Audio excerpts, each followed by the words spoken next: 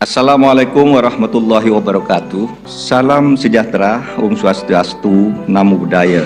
Salam kebajikan.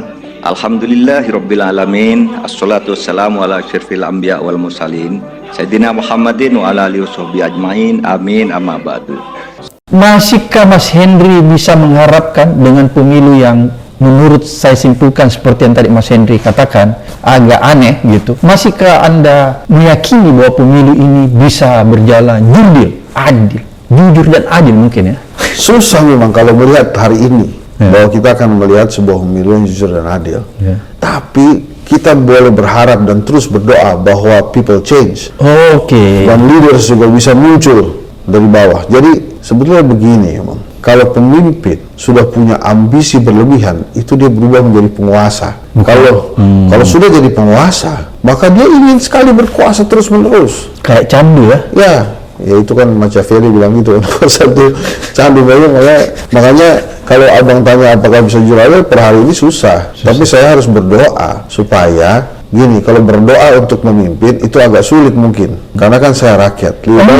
Lebih baik saya mendoakan rakyat saja, supaya rakyat juga dalam memilih cerdas. Ini saya kali ini mau protes Mas Henry. Mas Henry, saya kemungkinan tidak bisa berdoa untuk saya jadi pemimpin. Oh bukan, saya lebih baik berdoa untuk rakyat dibandingkan saya berdoa untuk pemimpin. Karena menurut saya pemimpin itu lebih sulit diubah dibandingkan dengan rakyat. Kalau saya berdoa untuk rakyat, ya, setuju. Mungkin ini kita bisa menahan keanehan-keanehan pemilu yang terjadi. Mas Henry, kenapa saya tanyakan tadi bahwa apakah Anda masih bisa berharap bahwa pemilu jurdil? Karena kan ada kejadian yang cukup menghentakkan kita ya. Bobolnya data pemilu DPT yang dihack. Iya, 204 juta. Itu kira-kira apa itu yang kita bisa? Kalau saya lihat ini ada beberapa pesan. Yang pertama, data tidak aman. Yang kedua, hasil pemilu bisa dimainkan. Yang ketiga, ada yang ingin cari perhatian. Kalau menurut saya itu. Tapi dua hal ini, apalagi hasil pemilu bisa dimainkan karena datanya saja bisa dibobol, itu berbahaya. Saya tidak mengatakan bahwa yang berhasil membobol ini memiliki niat baik untuk mengingatkan bahwa betapa bobroknya sistem demokrasi di Indonesia yang tergantung dengan IT yang lemah misalnya. Tapi saya lebih menilai itu, Bang. Kalau data saja bisa dibobol, maka sangat mungkin hasil pemilu juga bisa dimainkan. Walaupun perhitungannya kan katanya manual. Iya, tapi pengiriman datanya kan tidak manual. Jadi menurut saya itu adalah warning yang lebih besar dari sekedar pertanyaan mau diapain itu datanya. Apakah itu akan dibuat untuk apply pinjol misalnya? Saya nggak lihat begitu. Tapi yang saya lihat adalah pesan bahwa hati-hati dengan pemilu Anda. Hasilnya mungkin bisa diubah sesuai selera karena datanya bisa dibobol gitu, Bang. Jadi itu makna ya kira-kira yang bisa kita simpulkan. Mas Henry, tadi kan Anda sudah menganalisa dan sebagai founder dari kedai kopi, kelompok diskusi dan kajian opini publik Indonesia. Kajian opini publik yang selalu sering melakukan survei. Ya, saya baru saja dapat sertifikat KPU bahwa eligible untuk mengawal pemilu. Oleh karena itu saya tanyakan nih, sebagai founder lembaga survei, apakah setelah Anda mengamati di hari-hari pertama kampanye ini, dari ketiga paslon ini, walaupun satu paslon tidak melakukan kampanye langsung, tapi yang dia lakukan juga kampanye, walaupun terselubung, nggak langsung, kayak undang makan itu kan kampanye juga, bagi susu itu juga kampanye juga. Apakah setelah Anda mengamati ini, Anda bisa memberikan kita sedikit gambar bahwa kemungkinan besar calon-calon ini yang akan memasuki putaran kedua? Ataukah Anda juga terjebak dengan permainan yang mengatakan pemilu ini cuma satu putaran dan dimenangkan oleh kandidat ini? Silahkan Mas Indra. Saya mulai dari Mas Ganjar ya. Mas Ganjar dan Pak Mahfud ini kan memulainya menggambarkan bahwa mereka memang pasangan yang nasionalis. Satu mulainya dari ujung timur, satu lagi mulai dari ujung barat. Mereka ingin menggambarkan bahwa inilah Indonesia, inilah luasnya Indonesia. Nah, kemudian Anies Baswedan dan Muhaimin Iskandar itu memulai kampanye dengan pengalaman sentimental. Anies Baswedan punya sejarah di Tanah Merah, bahwa warga Tanah Merah lah yang pertama menginginkan atau meminta dia sebagai calon gubernur waktu itu. Maka dia kunjungi itu Tanah Merah.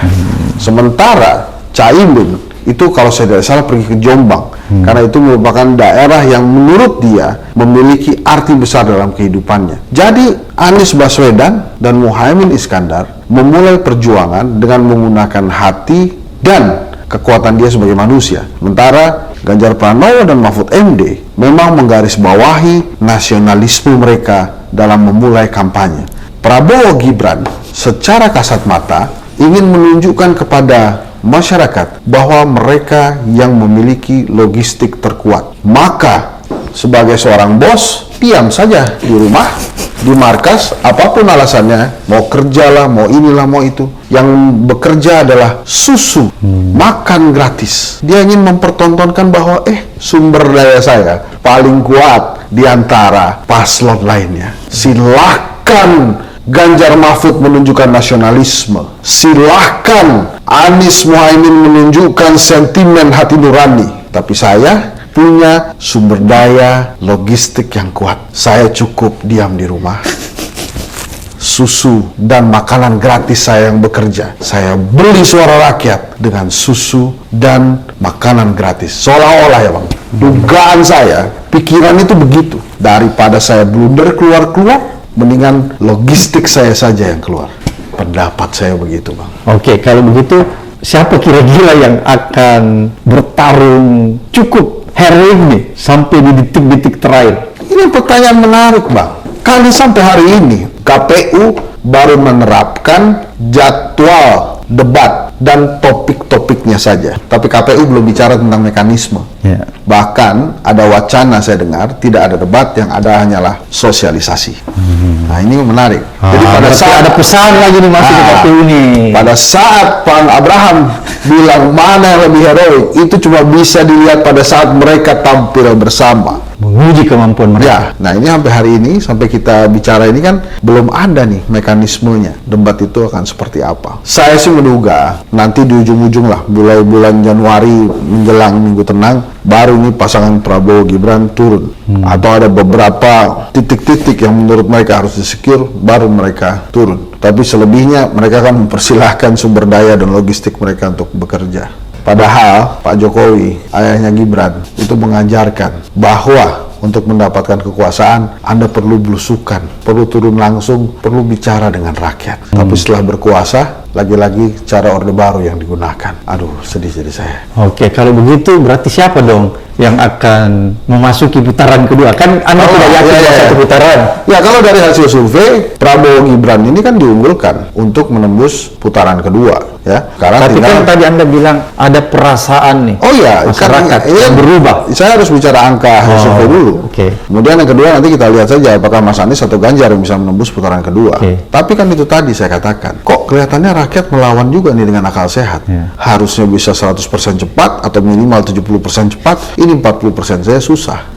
Maka kalau kemudian Prabowo dan Gibran meremehkan situasi dan tidak menganggap rakyat Indonesia itu cerdas, punya hati, akal, pikiran, mereka bisa kalah duluan karena terlambat menyapa. Berarti kalau begitu analis Mas Hensat ini sebagai pakar politik menyatakan yang akan memasuki ronde kedua, final round, itu Ganjar Mahfud dan Anies Caimin. Ya. Jadi mereka akan memasuki putaran kedua ya? Ya. Kalau Prabowo Gibran begini terus, enggan menyapa, bahaya buat mereka. Oke, ketika Mahfud dan Pak Ganjar berhadapan dengan Anies Caimin, itu susah memprediksi siapa yang menang pertarungan. Akan sulit, walaupun kita bisa tebak suara Pak Jokowi, karena kan ada Ibu Mega yang sudah dilukai kan. Oh, terluka ya? Terluka. Dan orang kalau terluka pasti berbekas ya, walaupun disebutkan ya? Ya.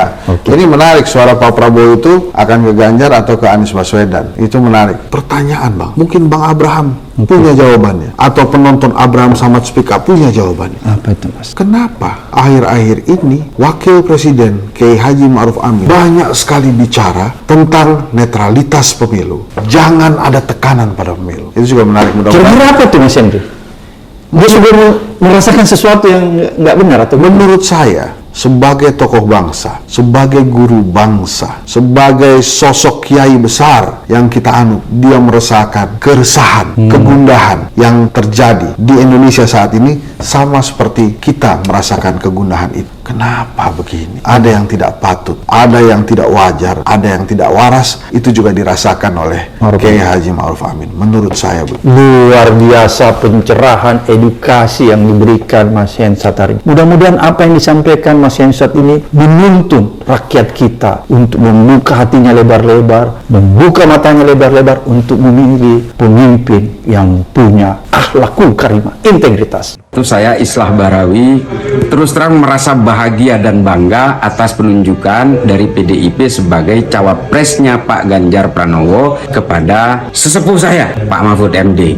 Kalau kita mau melihat sosok yang punya integritas, perjuangan terhadap negara ini demi tegaknya hukum, demi upaya-upaya untuk menghilangkan berbagai tindakan-tindakan kejahatan koruptif di negara ini, maka saya sangat bangga untuk mendukung Pak Mahfud MD. Seluruh masyarakat Indonesia yang masih berharap untuk tegaknya hukum di seluruh Indonesia, maka mari kita dukung Pak Mahfud MD. Pak Mahfud MD adalah sosok yang pernah berkarir di legislatif, di eksekutif dan juga yudikatif, dan beliau punya rekam jejak tidak pernah punya kejahatan apapun dalam jabatan-jabatannya. Oleh karena itu, beliau adalah orang yang tidak pernah punya kejahatan masa lalu. Beliau juga tidak punya beban masa lalu, dan juga apa yang menjadi beban beliau hanyalah masa depan Indonesia. Mari kita bantu Pak Mahfud. Insya Allah dengan ridho Allah Subhanahu wa Ta'ala, langkah kita dalam mewujudkan Indonesia sejahtera lahir batin,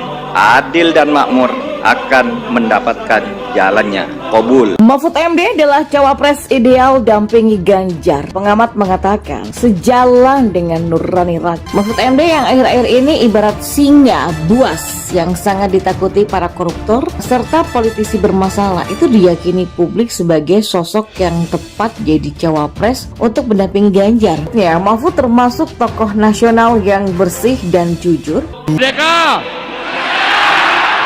Tempat ini menjadi saksi bagaimana pidato Bung Karno selalu menggetarkan. Dedication of life disampaikan di sini, mengajarkan kita agar bisa mengabdi pada bangsa dan negara. Infrastruktur yang hebat, IKN yang tidak hanya memindahkan tempat dan ibu kota, tapi membuka mindset, merubah mindset untuk menjadi negara maju, termasuk hilirisasi industri yang akhirnya kita diperhitungkan oleh dunia. Hari ini kita meneguhkan hati, bekerja keras dengan api semangat yang tak pernah padam, menangkan PDI Perjuangan dan calon presiden PDI Perjuangan Ganjar Pranowo.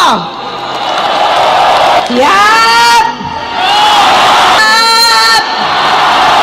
Seperti Mbak Puan tadi sampaikan, itu juga Bapak Ibu yang mesti kita pertahankan, kita lanjutkan. Namun itu tidak bisa terlaksana kalau kita tidak menang hat-trick besok pagi. Bapak Ibu, itu tidak akan terwujud kalau kita tidak kompak. Maka pesan Bu Mega kepada kita semuanya, agar kita bisa bersatu, kita berdiri seteguh karang yang tetap tegar dalam gempuran-gempuran ombak sekeras apapun. 2013 lalu, pemilihan Gubernur Jawa Tengah, PDI Perjuangan dan Ganjar Pranowo memenangkan itu. Dan itu di bawah pimpinan Mbak Puan.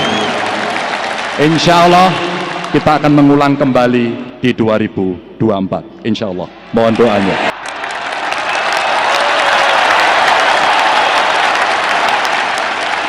Semoga Allah senantiasa menuntun kita di jalan yang diridhoinya. Aku qouli hadza, astaghfirullah li wa lakum. Wassalamualaikum warahmatullahi wabarakatuh.